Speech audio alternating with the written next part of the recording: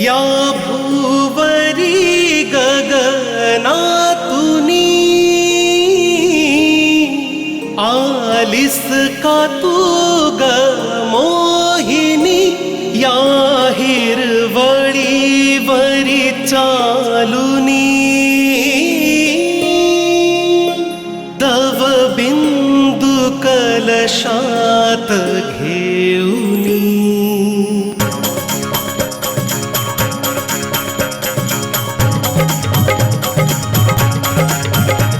अंगात ग रंग किती, मानात ग तरंग किती, निश्चल ग तू, निर्मल ग तू, कंचन ग तू, चंचल ग तू, गोड गोड ग तू परी, निलांबराती तू परी।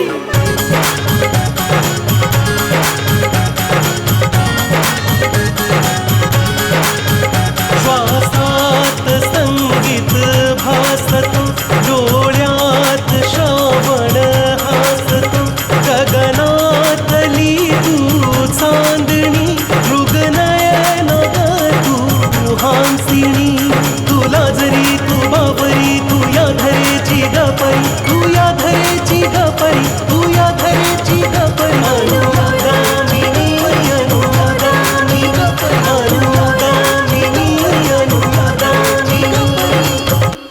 अनुगामिनी। जनुकलालजी, ही ऑफरची दुकान इथून घेऊन जा। माझ्यासाठी देव आणि देवचं प्रोजेक्ट दोन्हीही इम्पॉर्टंट आहेत। मला तर खरा आनंद तेव्हा होईल जेव्हा संपूर्ण देश आपल्या ह्या पॉलिसीसाठी टाळ्या वाजवेल, कारण पुढल्या आठवड्यात 19 तारखेला आपण ही पॉलिसी लॉन्च करतो। हे बघा, तुम्हाला जे काही सांगायचं आहे डायरेक्ट सांगत जा, हे पत्र वगैरे लिहिण्याची काही गरज नाहीये। यापुढे नाही लिहिणार।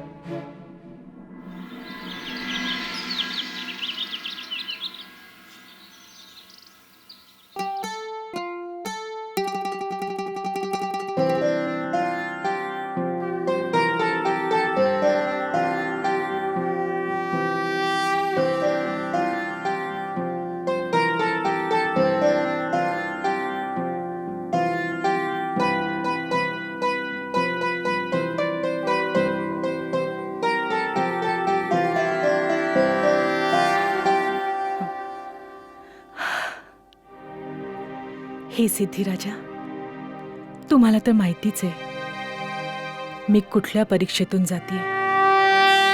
मी सगळे प्रयत्न करते जे मी करू शकते। मला जे जे आठवतं ते मी सगळं करते।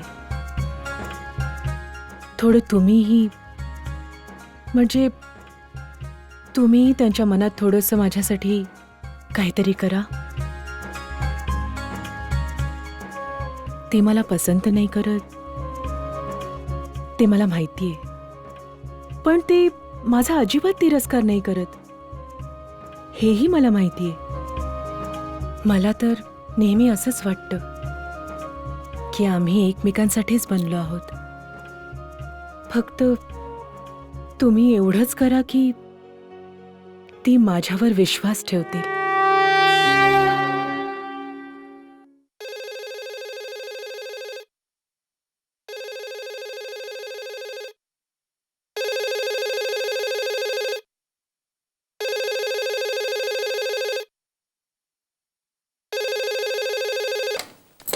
हॅलो, मला दादाशी बोलायचंय।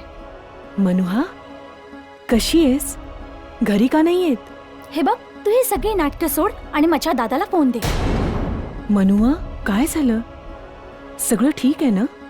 हे बघ, तुला सांगितलं ना तेवढंच कर। दादाला फोन दे, दादा आहे की नाही ते सांग आधी मला। ते तर आज सकाळी लवकरच गेलेत ऑफिसला। तू इकडेच ये ना। तो सकाळी लवकर जातो आणि रात्री उशिरा येतो। याचा अर्थ तुला कळतो का अनुदामिनी? तो तुला किती वैतागलेला आहे, म्हणूनच तो रात्री उशिरा येतो आणि सकाळी लवकर निघून जातो। तुला माहितीये तू त्याच्यासाठी किती बोरिंग आहेस? मला माहितीये मनुहा, म्हणूनच तर सांगतेय, जर तू इथे आलीस तर तुझ्याकडून मी खूप काही शिकेन। तू पुढल्या 10 जन्मातही आज सारखी मुलगी नाही बनू शकत। तुला माहितीये देवाने तुला जे 2 मोठे मोठे डोळे दिलेत ना, त्याने तू प्रत्येक वेळेस अश्रू गाळतेस आणि इतकी मोठी जीभ दिलीये जी खूप बडबड करत असते। मनोहा, तू खूप रागात आहेस. तू इथेच येऊन राहा. बरं मला एक सांग, मला देवदादाशी कसं काय बोलता येईल, कारण त्याचा फोनही स्विच ऑफ लागतोय. मी केव्हापासून तेच तर सांगतेय की तू घरी ये, म्हणजे संध्याकाळी ते येतील तेव्हा तुझी भेटही होईल आणि बोलताही येईल. तू असताना ना मी तिकडे कधीच नाही येऊ शकत. तू निघून का जात नाहीस तिथून? जादूटोणा करून अजून मन नाही भरलं तुझं? तुला माहितीये तुझ्यामुळे मी किती त्रासात जगते. तू जर तिकडे नसतीस ना तर मला दुसऱ्याच्या घरात राहावं लागलं नसतं. मला सगळे हेच विचारतात की तुझा भाऊ असताना तू इकडे अनकम्फर्टेबल लाईफ का जगतेस. तुला हवं असेल तितकं मला बोलू शकतेस, पण जर तुला वाटलं तर पूर्ण हक्काने या घरात राहू शकतेस. अधिकार, अधिकाराचा अर्थ मलाही माहिती आहे अनुदामिनी. तू कुठल्या अधिकाराने तिकडे राहतेस? देवदादाने तुला कोणता अधिकार दिलाय? तुझ्याशी त्यांना बोलावंसंही वाटत नाही.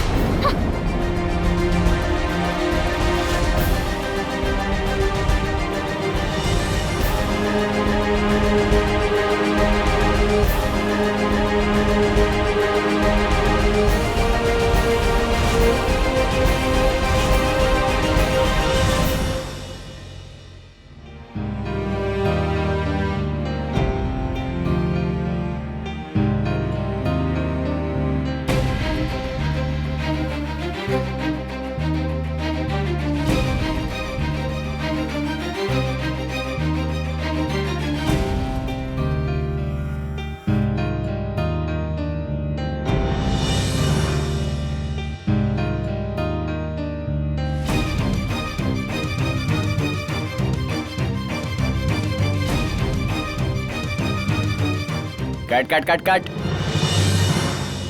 नाही नाही सॅवी, असं नाही. काय चाललंय हे? काय चाललंय हे? व्हॉट्स द प्रॉब्लेम? आणि सावी, तुला काय झालंय? सकाळपासून एकही नीट शॉट दिला नाहीयेस तू. मॅम मी सांगतोय ना, मी करेन handle, you don't worry. Director साहेब, सकाळपासून तुम्ही हेच सांगताय पण नथिंग इज हॅपनिंग ऍक्च्युली.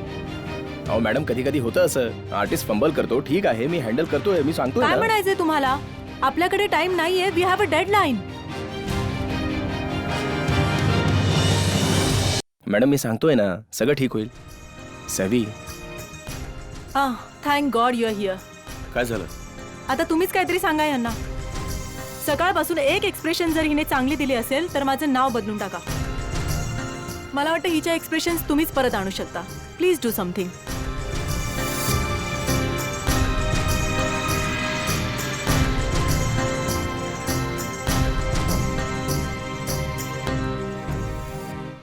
पंधरा मिनिटाचा ब्रेक घेऊया.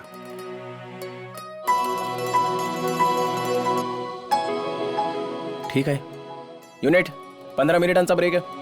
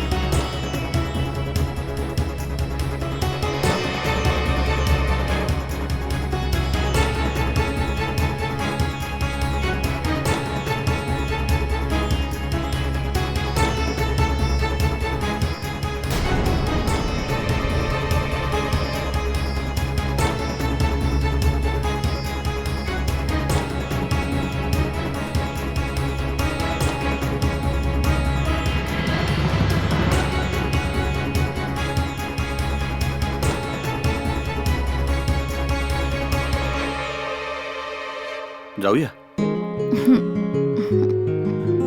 चल.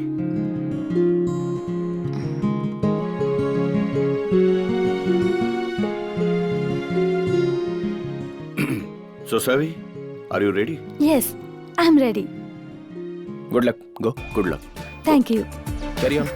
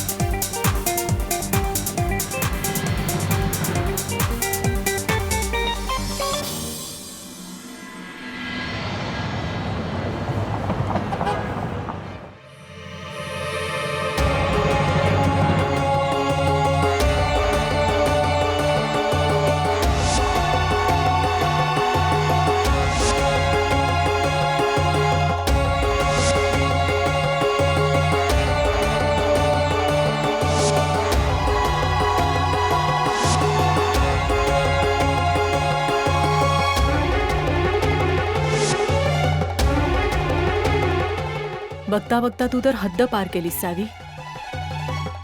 आणि देव, तूही कधी वाहून गेलास कळलंच नाही. आता तर सावीचा मूड सुद्धा तू आल्यावर चांगला होतो. पण मी सगळं चांगलं होऊ देणार नाही.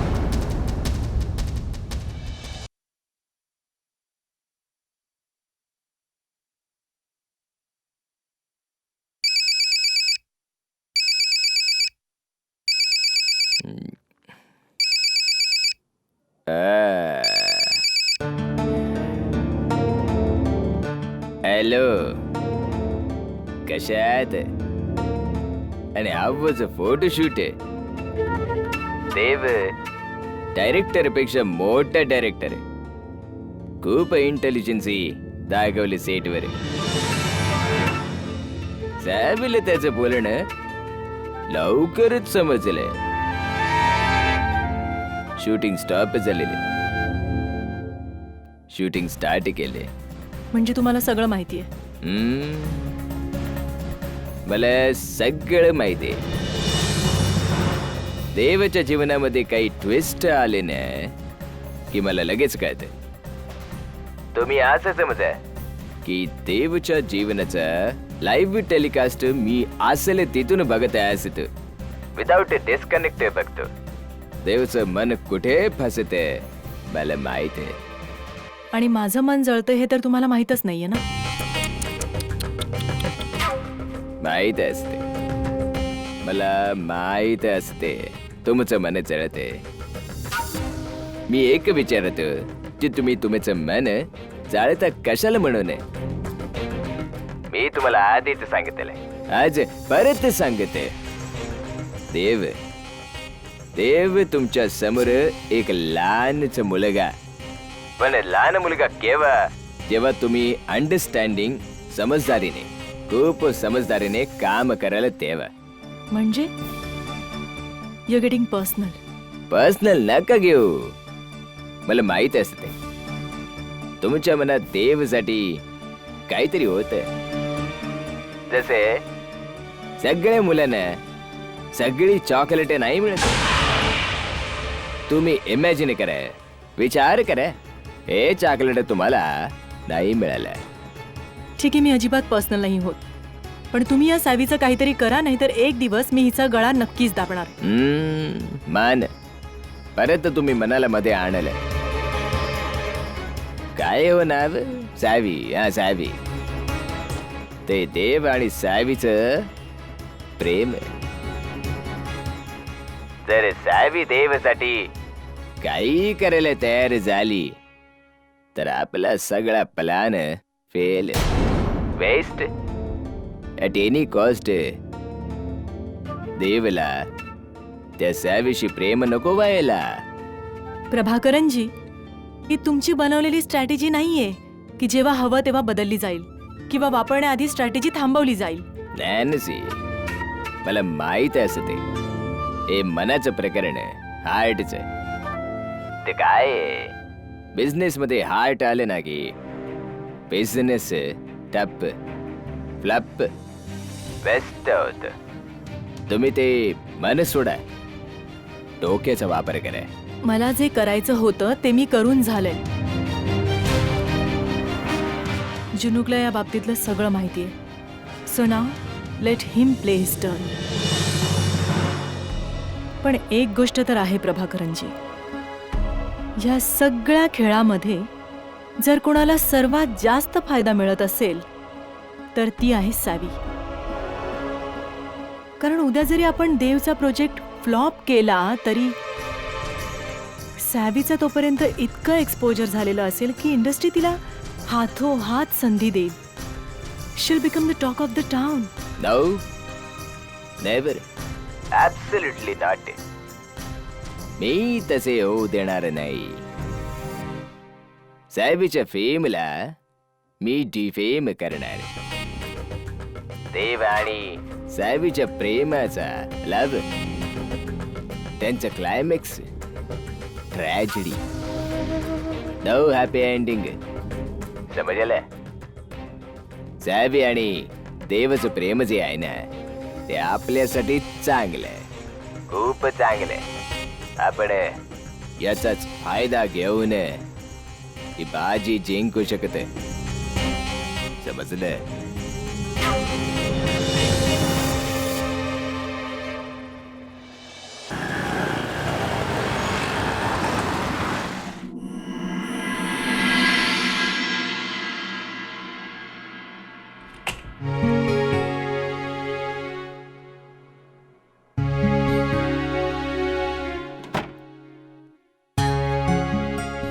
जेवण लावू तुमच्यासाठी? नको, तू खाऊन घे. मी जेवून आलोय आणि जेवून घे, मला बरं वाटेल. कधी कधी आमच्यासोबतही जेवत जा. बाबा तुम्ही? नमस्कार. सुखीरा, सोबत जेवशील तर बरं वाटेल आम्हाला. चल बस. इथे द्या, मी तुमची बॅग ठेवते. नको, मी ठेवतो. तसंही मला फ्रेश व्हायचंय. तोपर्यंत तुम्ही जेवण लावा, पण फक्त बाबांचं. माझ्यासाठी नको. मी आलोच.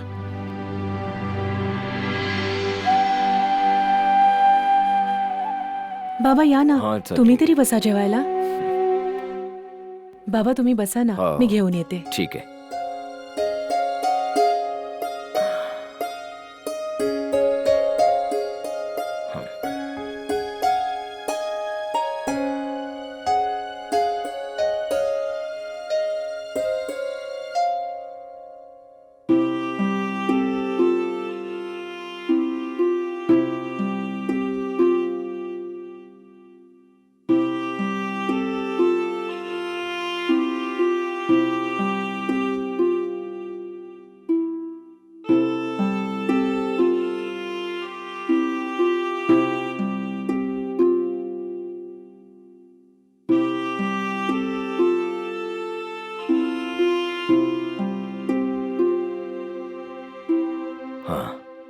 जेवणार? नको बाबा, माझं पोट भरलंय. मी जेवून आलोय.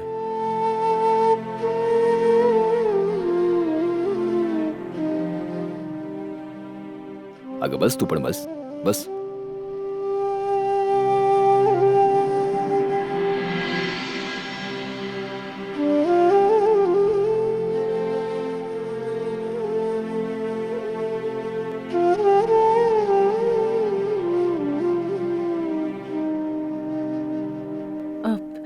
मी तुमच्यासाठी ना दूध घेऊन येते, एकदम प्लेन.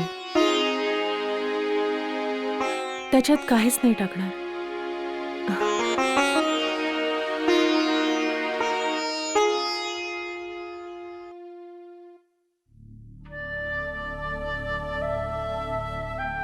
भूक नाही तर किमान एक ग्लास दूध पिऊन घे, म्हणजे सुनबाईचं मन नाही दुखावणार.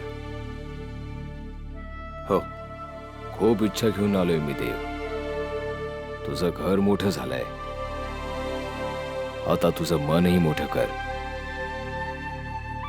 जे तुला मानतात, तुझ्यावर प्रेम करतात, त्यांच्यासाठी तुझ्या मनात जरा जागा कर. तुला तर माहितीच आहे की घर भिंतींनी आणि सजावट आणि सामानांनी नाही बनत. घर आपल्या लोकांमुळे बनत असतं. मग आपल्या या घरामध्ये आपल्या लोकांसाठी जागा नाही ठेवणार. हे घर तुमचंच आहे. तुम्ही हवं तेव्हा येऊ शकता, हवं तसं राहू शकता. मी माझ्याबद्दल नाही बोलत आहे. बाबा, त्या बाबतीत आपण 6 महिन्यापूर्वी बोललोय. हम्म. तुला स्वतःला बदलायला हवं ते. 6 महिन्यांपूर्वी जो निर्णय घेतला होतास, त्या निर्णयाची किंमत ना तेव्हा होती आणि नाही आता आहे. म्हणून परिस्थिती आहे तशीच आहे. ना तुम्ही बदललात ना मी.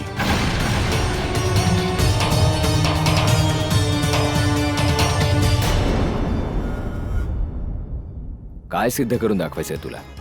हे घे. तू याला आता फाडून फेकतोस की मी फेकून देऊ? अनुदामिनी सारखी मुलगी 7 जन्म तर काय, अगदी शेकडो जन्म जरी घेतलेस ना तरी तुला नाही मिळणार. वेळीच तिचं महत्व समज. तुझं जीवन सुधरून जाईल. बदल तुझा दृष्टिकोन देव.